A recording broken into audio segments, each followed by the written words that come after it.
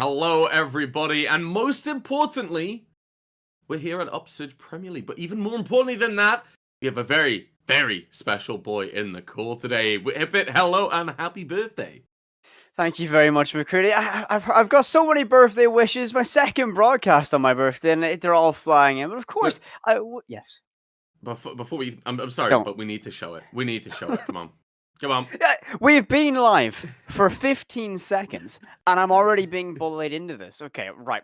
A little bit of context before I grab this abomination. Some people from a server I'm in decided it's my 21st birthday. They were going to gift me something that I would always remember. They're in chat as well, which is the best bit. So thank you guys so much for this I beautiful despise. thing. We're It gonna see this is. at one point. It's just the cameras come back on and it just covers. This is covering the screen. This is a desk pad that is almost as tall as I am, with a incredibly low res image of my face. Uh, yeah, I It's great. can't. It is. It's an abomination. It shouldn't exist. Children have nightmares of this image, and now it's a desk pad. Now you get to have nightmares. But aside from the metaphorical mouse pad in the room, Whippet, what have we got in store today? Oh yeah, I've lost my train of thought completely because of this mouse man. I we hate have you. a game. We have Aerial Arise versus Emergence, and this is going to be a very exciting matchup. I've been prepped to say this is going to be a very exciting one. We're going to see lots of fireworks left, right, and center, and that's exactly what I love to see. You know, I'm a European caster, heart and heart, so I love jumping over here and seeing, especially when I get to see more aggressive styles of play coming out, because in all of my time here at Upsurge, I've seen some of the most aggressive and wonderful teams getting to play, and hopefully today is going to be more of that. Yeah, and hopefully a lot closer games than when we looked at these games last week. And honestly, the teams that we got on the board right now, they definitely promise that. The first game is going to be Aerial Arise. We'll be facing Emergence. And honestly, Aerial Arise, they're a team that constantly they'll play in the top of T3. They're underage, so they can't really go any further, but they definitely have the talent to do so. They're an aggressive team that really can rely on their mechanics, rely on their game sense, because it is there. It is to such a high standard that they can do that. Emergence, though, a little bit lower in the rungs of T3. However, last week, when myself and Stickler, they were able to give a really close game to Synthetic, a team that honestly should have beat them out a lot more comfortably. So I am very excited to this game. Last week we saw Emergence going to Villa. I don't want to see that again coming from them, but Whippet, going into this without knowing the teams at all, what kind of map do you want to see? Well, again, just off my basis alone, again, I'm jumping into this with very little knowledge of these teams coming in, so no prior information. I want to see something that's going to show both teams the ability to have that level of aggression and deep strategy. So I'm leaning perhaps a map close to maybe Cafe, even to see an Oregon, perhaps. Just I know it's me Hmm. saying I want to see an Oregon. It's a rare sight, but it lends to kind of teams teeing up against each other. We're still in the early stages of the season, so it makes sense to kind of feel out your opposition and go there. And I think it would be a good litmus test to see where these teams are at least in comparison to each other. Yeah, I feel like going into this, Aerial Rise are probably going to be those favorites, but Emergence, they've got a lot to prove and a lot to follow up on. Now, I do believe you have the rosters ready, so what we'll do is we'll take a very quick look at those. I know you hate them. Okay, it doesn't look like that's going to happen, but the map bans, that's the important bit. With it, they've heard your prayers because they know you hate names, so we don't have any names at the moment. But the map bans, like you said, you'd be willing to see an Oregon just to kind of have you know what to expect from teams on there, and it's very easy to see if something's wrong or something very, very good is going on for teams.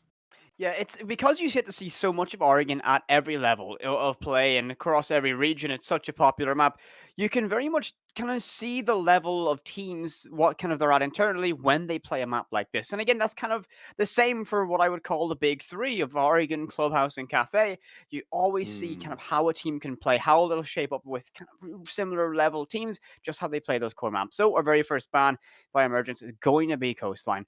I actually like this a lot. Coastline, while it can lend into those, aggressive and those incredible moments we all love to see, the core strategy of it isn't there, and it's for good reason. Not many teams favor this map anymore. It's showing its ages. It's cracking with time, and I don't think you're going to see a lot of Coastline this season. I think we're gonna rush through this. Now, another one of that big three of CAF will be taken away.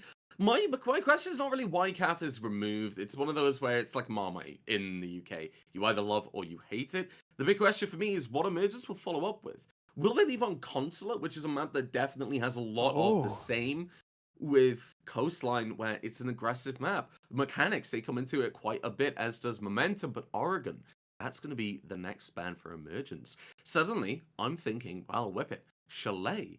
Uh-huh. Consulate just gets taken away, but Chalet is still there. Clubhouse is still on the board. We could see a Villa. There's opportunities here.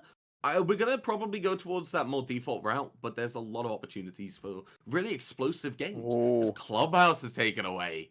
Oh, don't do this with you. Don't play with my emotion like this. Oh, so close, Chalet, our final ban. Well, that means our decider. The map we should be going to for this very first matchup will be Villa. The rolling hills of Tuscany will once again see some conflict in this lovely Villa house. And, well, it's a pretty good map in all things considering.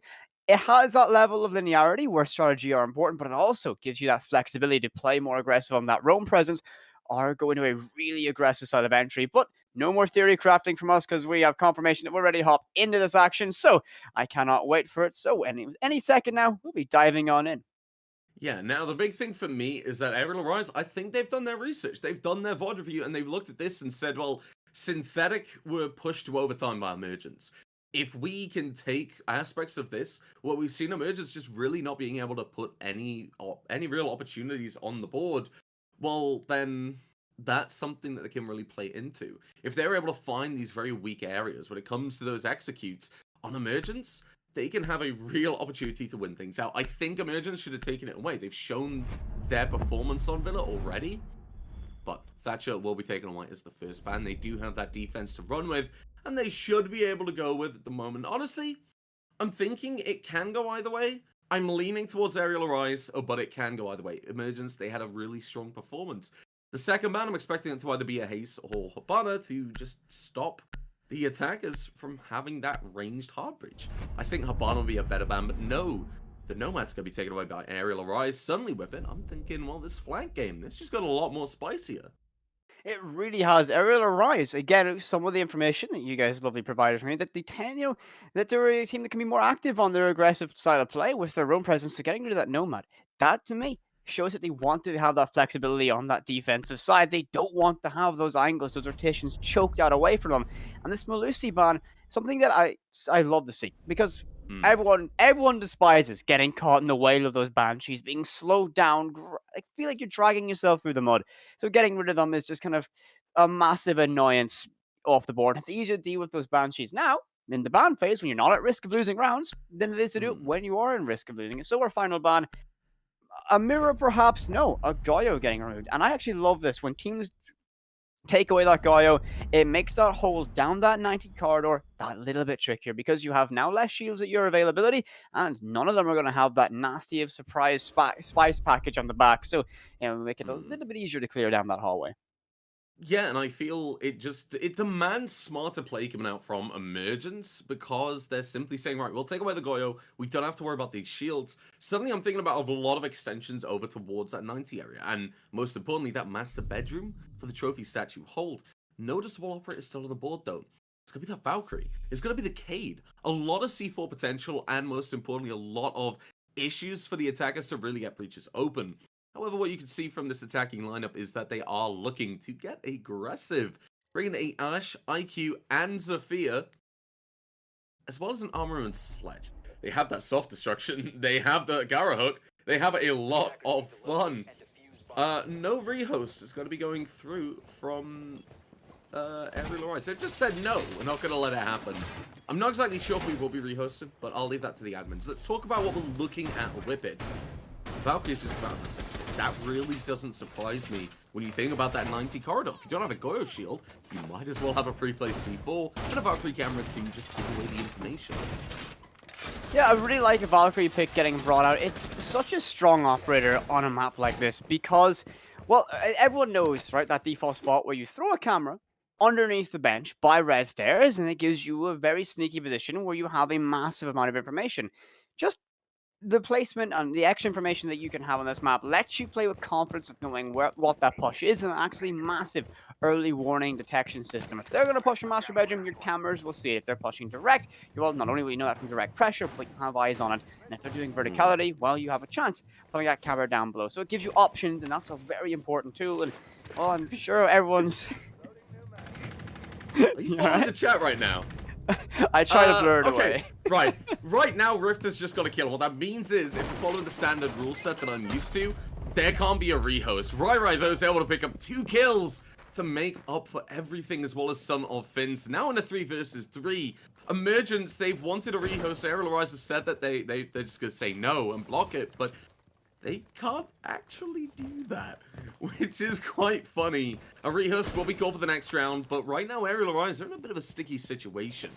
As they right, it can't be rehosted, so whatever happens will happen. Right now, is looking at Org and Spiker, the last 2 attackers left. They want to do something. They want to make something happen. And right now, Org going to be using that R4C. Will be able to spot out some of them just a little bit. Not really able to land any of those shots so far. And Emergence, well, they just have to play it safe. They have to sit down, and that's not what Son of Finn is going to do. Org's going to be able to find the kill. Suddenly, Talon wants to try and get this refrag, but Spiker's going to be knocked down and will be taken away by Rai. Smoke canisters will start to go through at the halfway mark, so that late round, it has a lot of potential, but the fuse is down. Org's all on their own. You can find a kill. You only need 2, but you got to get through these smoke canisters. Or you've got to rotate around. It's going to cost time, ammo, information, or something. You're not going to get away with this for free. Barreling down that 90 corridor, will be looking to try and get inside the site, and actually is able to, because Emergence have rotated to play for the diffuser. The drone will give away that information. You'll know exactly where Rai and Talon are. You have a bit of time, so I can't fault this play ultimately. But Rai coming back to site. They don't have the outlines just like we do, so Org is going to be very, very unaware of this happening. We get a little bit suspicious, goes for the swing. Pre-fire goes through, but doesn't land a shot. Oh, Rai can't land it either. Playing behind the shield, the shotgun can cause a lot of problems, but it's going to be down to Talon over towards the vault area. Can swing out, and at the end of the day, Emergence, they just need to waste time. This is where we saw them really stand up against Synthetic, and this is exactly what's going to happen. Talon's going to be able to find a kill in Vault, and well, that's going to be the first round for Emergence. A wacky one, a quirky one with it, but well, that's how the cookie crumbles sometimes. So I think quirky is a good description of that opening round. Again, there is I think an interesting take from it, because you know, unfortunate circumstance, player disconnected and everything going on in the background. So I still would say it's not necessarily a good defining round to kind of base any assumptions of how this will play out later on. But it was still a pretty well played out round, all things considered. Just my brain. My brain's a little bit fried. I've unfortunately seen a mouse mat with my face on it. Yeah, no, that's perfectly fine. We are going to be restarting this stream very quickly, but that's perfectly fine because it gives Whippet a little bit of time to kind of collect thoughts, and it gives us time to kind of look at that last round and say, okay, you got the refrags early on in Emergence, that brought it back, but now you've just won that first round. You've got to go to Trophy Statue, or apparently I'm going to have a stroke, and then you need to do it with a 5 versus 5. We'll be back very